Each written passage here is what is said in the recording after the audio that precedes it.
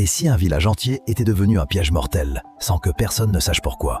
Au début des années 2000, dans une région isolée d'Asie du Sud-Est, un petit village de pêcheurs commence à faire parler de lui. Des habitants disparaissent. D'abord un homme, puis une femme, puis un enfant.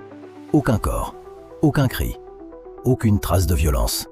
Les familles parlent d'absences étranges, de personnes parties travailler et jamais revenues. La police locale enquête, sans résultat. Puis, un détail trouble les enquêteurs. Toutes les disparitions ont lieu près du fleuve. Un fleuve réputé calme, lent, presque paisible. Des plongeurs sont envoyés. Le fond est exploré.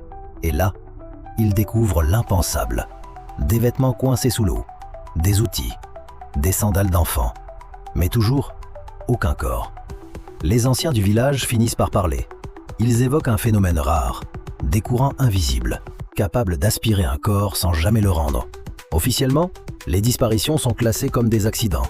Officieusement, plus personne ne s'approche du fleuve à la mi-tombée. Et aujourd'hui encore, certaines zones restent interdites. Alors une question demeure. Et si ce village avait simplement appris à vivre à côté d'un prédateur invisible? Je te raconte une histoire par jour, alors abonne-toi si tu veux connaître la prochaine.